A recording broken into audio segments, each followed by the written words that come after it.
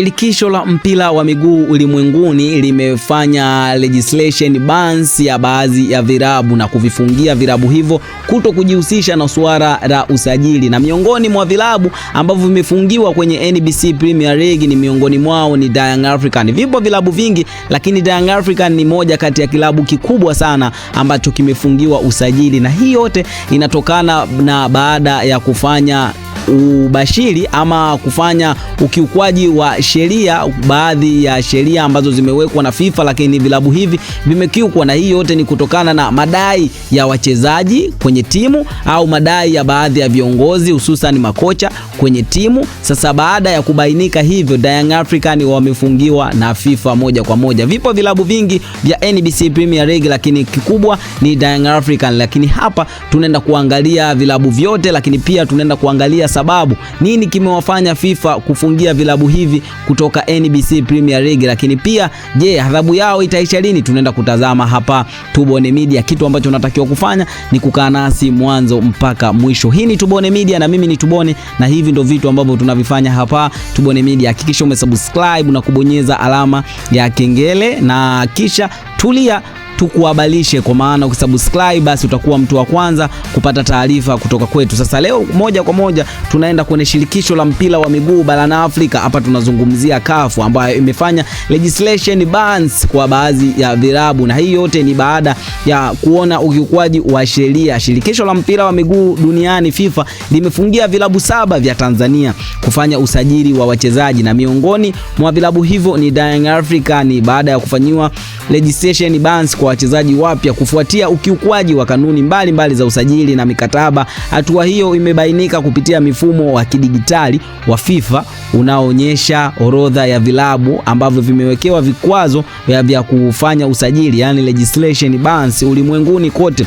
Vilabu vilivyokumbwa na lungu hilo na muda wa adhabu zao ni pamoja na klabu ya Young African, lakini Young African tutaenda kuitazama mwishoni, lakini tuanze na klabu ya Bigman Football. Imefungiwa kuanzia March 17 2026 kwa vipindi vitatu. Lakini klabu kingine kwa hapa Tanzania ni TRA United, imefungiwa kuanzia Mei 4 2026 mpaka Mei 7 2026 kwa kipindi vitatu vya usajili. Klabu kingine ni Fountain Gate, imefungiwa mara mbili. Adhabu ya kwanza ilianza Januari 1 2026, vipindi viwili vya usajili, lakini nyingine ni Aprili 22 2026 mpaka itakavyokamilika taratibu zao za adhabu hiyo. Lakini klabu nyingine ni Ken Gold, imeanza kutumikia adhabu tangu Oktoba 1 2025 kwa vipindi vitatu. Lakini klabu nyingine ni Pamba Jiji FC, imewekewa vizuizi kuanzia Mei 7 2026 kwa vipindi vitatu. Lakini klabu nyingine ni Dodoma Jiji FC, imefungiwa kuanzia Aprili 29 2026 kwa vipindi vitatu vya usajili. Lakini kubwa kuliko ni babarao Young African, Yanga FC, imefungiwa kuanzia Mei 7 2026 mpaka itakapokamilisha taratibu za adhabu hiyo. Na mara nyingi sana FIFA hutoa adhabu kwa vile vilabu ambavyo vinakiukwa sheria, aidha kwa malipo kutokana na mchezaji kuidai timu ama viongozi kuidai timu. Sasa hivi ndivyo vilabu ambavyo vimefungiwa kutoka kwenye NBC Premier League na baadhi ya vilabu ambavyo vinashiriki ligi daraja la kwanza, na kubwa kuliko ni klabu ya Young African ambayo imefungiwa usajili, na endapo Young African hawatakamilisha ratiba zilizowekewa na FIFA, basi hawataruhusiwa kufanya usajili wa dirisha kubwa linalokuja. Sasa hii ni hatari kwa klabu kikubwa kama